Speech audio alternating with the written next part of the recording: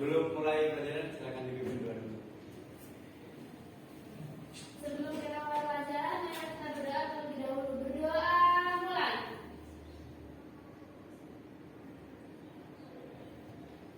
Sudah selesai. Saya absen dulu ya. Ya, iya. Mama Marisa Suro, Hadir.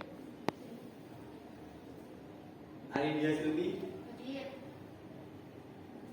Dia Ayu, Eh. Dwi Ati Sofia, Hadir. Tiko Nurnabila, Hadir. Jihan Nahwa, Hadir. Laura Hadir. Miftahul Jana, Safira Nurlaili, Hadir. Sylvia Aulia,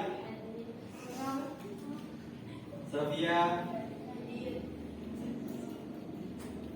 Yunita Eka,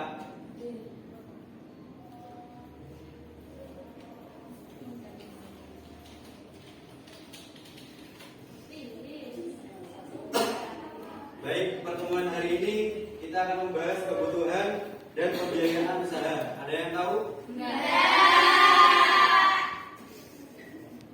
Kebutuhan usaha adalah hal-hal yang harus dipenuhi perusahaan untuk mendirikan dan menjalankan usaha dari awal hingga perusahaan beroperasi. Kebutuhan usaha yang diperlukan terdiri dari beragam jenis tergantung dari bidang usaha masing-masing perusahaan. Biaya kebutuhan usaha. Biaya kebutuhan usaha itu ada tiga. Ada biaya prainvestasi, biaya pembelian aktiva tetap, dan biaya operasional. Biaya prainvestasi adalah biaya yang dikeluarkan perusahaan dalam rangka memulai suatu usaha, misalnya biaya survei lapangan, biaya studi kelayakan. Untuk biaya aktiva tetap itu seperti aktiva tetap berwujud, ada aktiva tetap itu ada dua, aktiva tetap berwujud, ada aktiva tetap tidak berwujud. Aktiva tetap berwujud contohnya pembelian tanah, bangunan, mesin, peralatan, kendaraan, inventaris kantor. Jadi kalau kita mendirikan perusahaan PT maupun CV itu kan pasti ada kantornya, ada mesinnya, ada peralatannya, dan ada kendaraan inventarisnya. Kalau aktiva tidak tetap itu tidak berwujud itu seperti pembelian lisensi. Ada yang tahu pembelian lisensi kayak gimana? Tidak. Misalkan kamu ya, saya mau mendirikan KSP BMT NU. Itu nanti kalau kamu sudah punya hak paten, tidak seseorang yang ingin mendirikan usaha tidak akan bisa pakai nama itu lagi. Misalkan BMT Sofia itu. Nanti itu perusahaan lain nggak akan namai BMT Sofia karena sudah ada hak patennya, ada lisensinya. Dan sistem waralaba, ada yang tahu sistem waralaba gimana? Tidak. Kamu misalkan mendirikan usaha, tapi kamu tidak, kamu uangnya aja, yang mengelola lain, seperti kayak Nesia itu.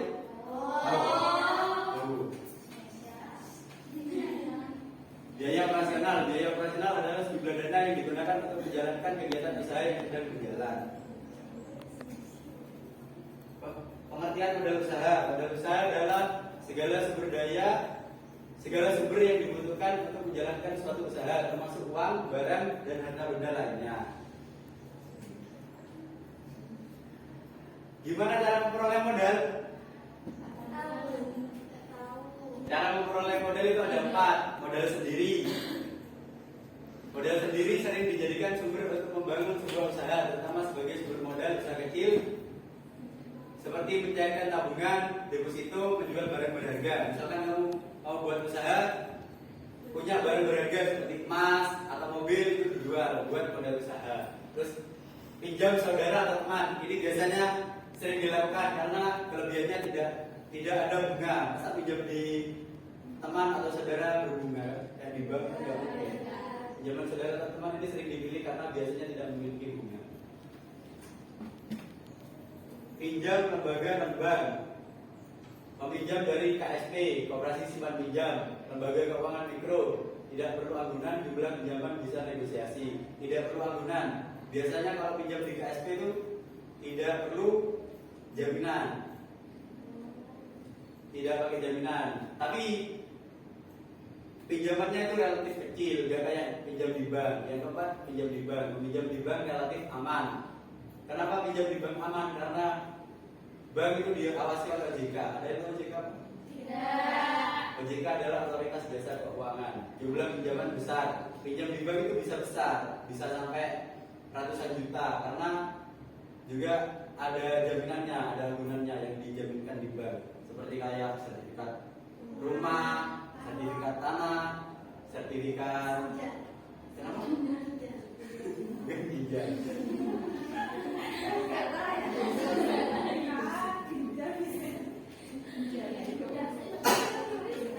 Sekian dari saya, jika ada kesalahan mohon dimaafkan.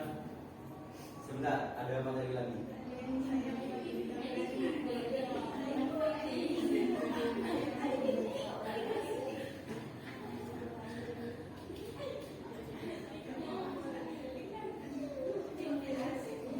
Untuk perhitungan modal saya yuk.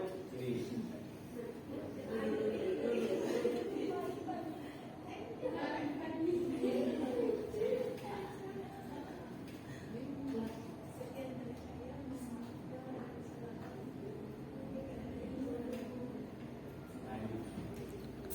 Ada yang sudah pernah buat kayak gini? Excel. Pernah. Buat laporan keuangan. Pernah. Nah, kelas 1. Ya. Ini pakai Excel bisa, pakai Word juga bisa.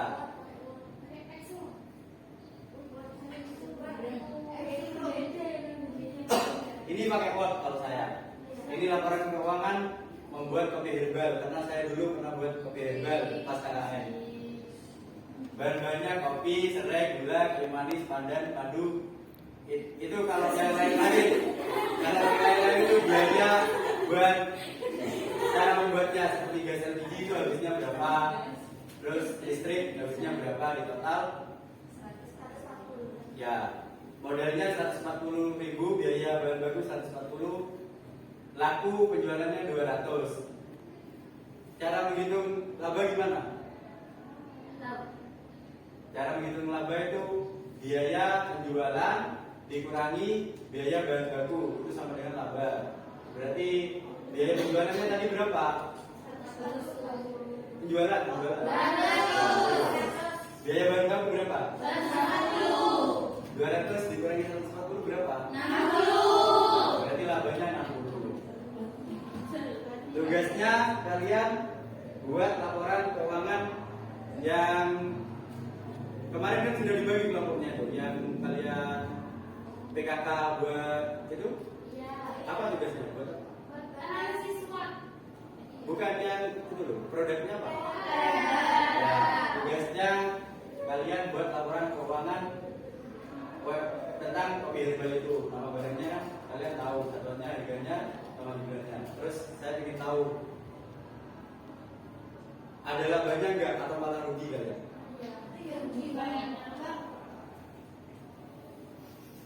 Silakan dibuat ya.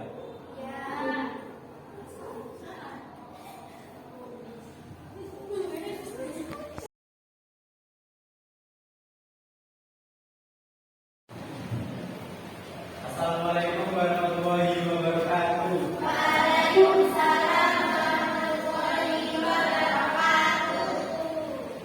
Baik, sebelum mulai pelajaran pada pagi ini silakan duduk dulu. Sebelum kita mulai pelajaran, mari kita berdoa terlebih dahulu. Doa mulai.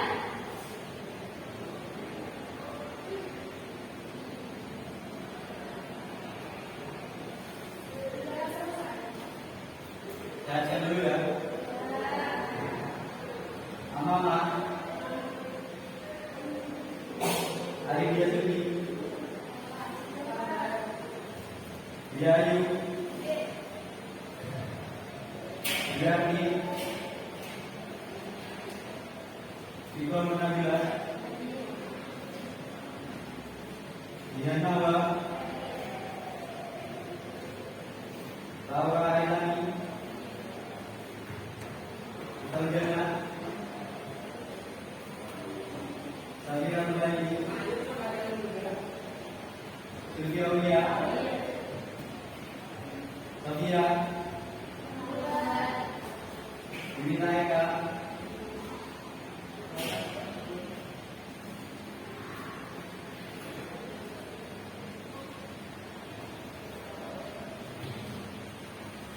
materi hari ini adalah haki. Ada yang tahu haki? Ya. Yang tahu saya ada.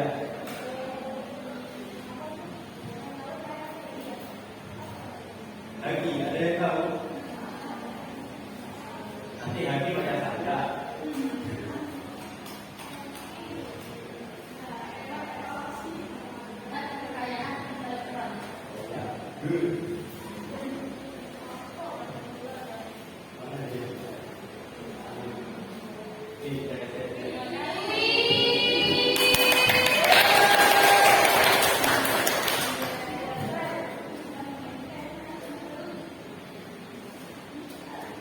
Haki yaitu hak atas kekayaan intelektual. Haki adalah pengakuan dan penghargaan pada seseorang atau badan hukum atas penemuan atau ciptaan karya intelektual mereka dengan memberikan hak khusus bagi mereka, baik yang bersifat sosial maupun ekonomis.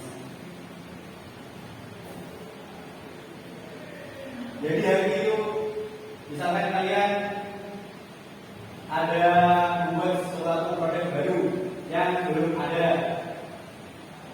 Misalkan kayak motor, kalian buat motor berbahan bakar air yang ada, itu bisa dilakukan. Terus kalau misalkan kalian buka usaha gitu ya, kayak seperti kemarin kayak herbal, bisa dipatenkan, dilakukan. Misalkan hakinya itu mereknya herbal SMK Teknologi Balun, biar produknya itu tidak di copy paste oleh orang lain.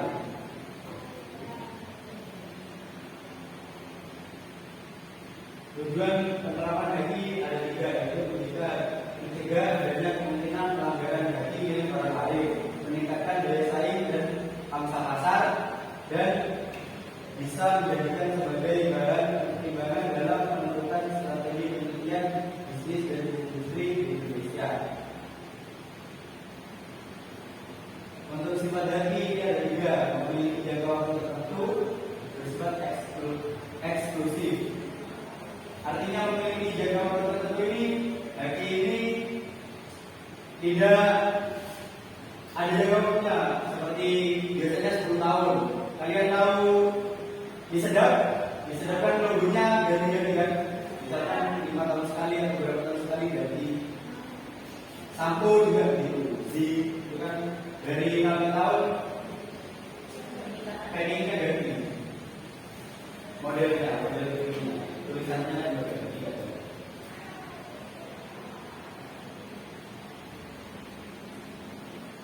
Bersifat eksklusif, tidak ada satu orang pun yang boleh melanggar hak kekayaan intelektual milik orang lain. Pemilik hak bisa mengajukan tuntutan jika mengetahui adanya pelanggaran hak. Misalnya masuk.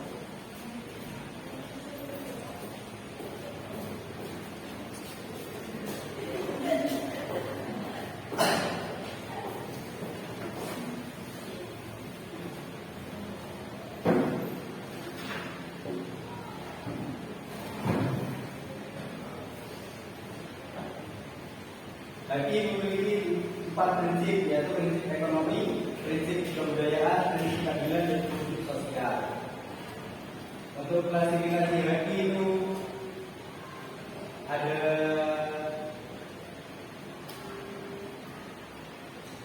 2, yaitu hak cipta dan hak kekayaan industri. Hak cipta itu adalah hak eksklusif pencipta atas karya-karya yang merupakan bagian dari haki. Hak cipta timbul secara otomatis ketika suatu penciptaan diberikan dalam bentuk nyata seperti tulisan, rekaman, gambar, atau karya seni.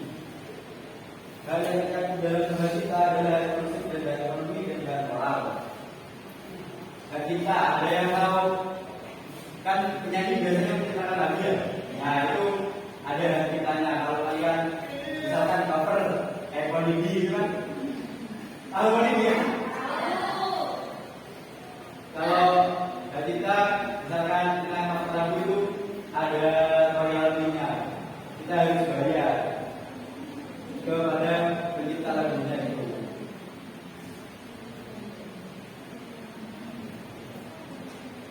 Dasar-dasar hukum haki, dasar hukumnya yaitu Undang-Undang Nomor 19 Tahun 2002 tentang hak cipta, Undang-Undang Nomor 14 Tahun 2001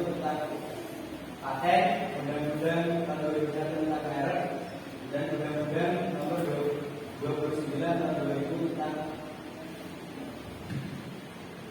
varietas tanaman dan Undang-Undang Nomor 20 tahun 2000 tentang dagang.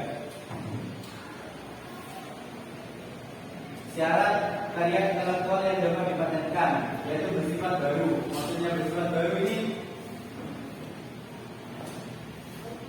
belum ada yang diciptakan. Terus bersifat inventif. Bersifat inventif.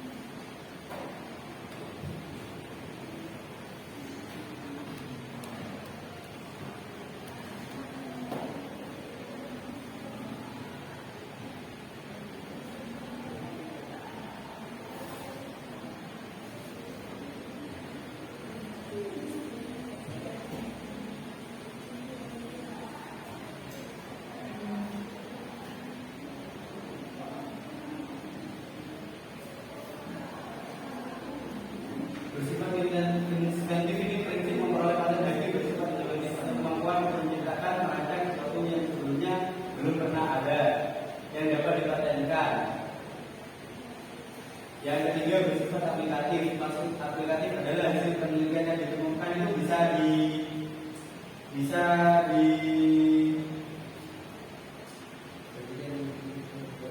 berulang.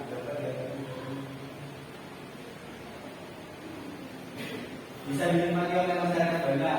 Misalkan kalian menciptakan skincare, saya doakan kalian bisa menciptakan skincare. Menciptakan skincare yang bisa dinikmati oleh banyak orang. Dan itu bisa dihadirkan, misalkan Sofia whitening.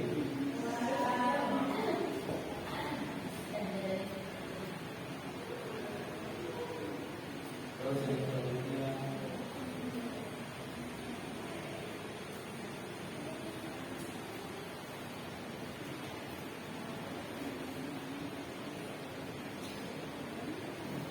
untuk selanjutnya tugas kegiatan halaman 42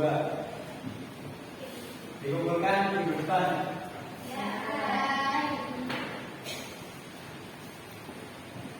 Silakan dibuka halaman 42.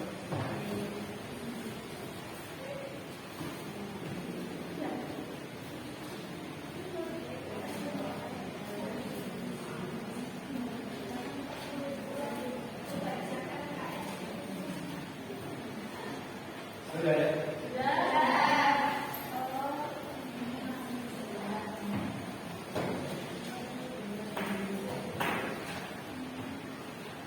Yang pertama tadi siapa?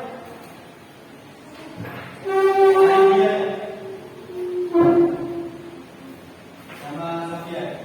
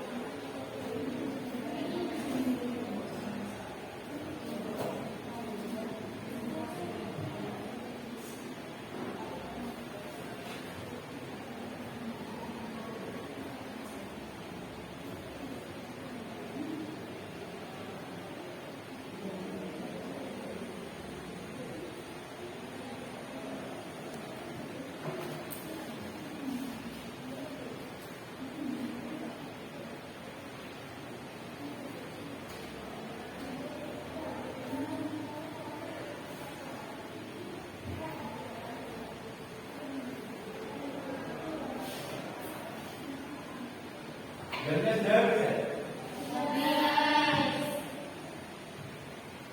Jangan lupa tugas